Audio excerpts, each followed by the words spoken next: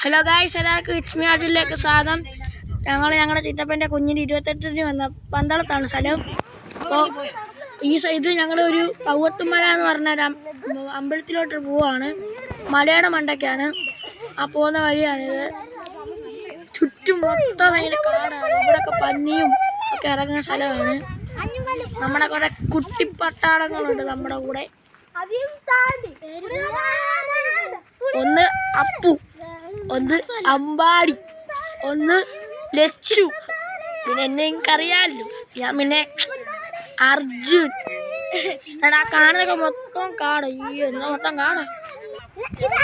ആ ഓറഞ്ച് കറി കാണുന്നതാണ് അമ്പലത്തിൻ്റെ എൻട്രി. ഇതാണ് ഗേറ്റ് തുറന്ന് വേണം അകത്തോട്ട് കയറാൻ.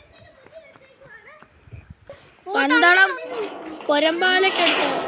കൊരമ്പാലയ്ക്കടുത്താണ് ഈ സ്ഥലം.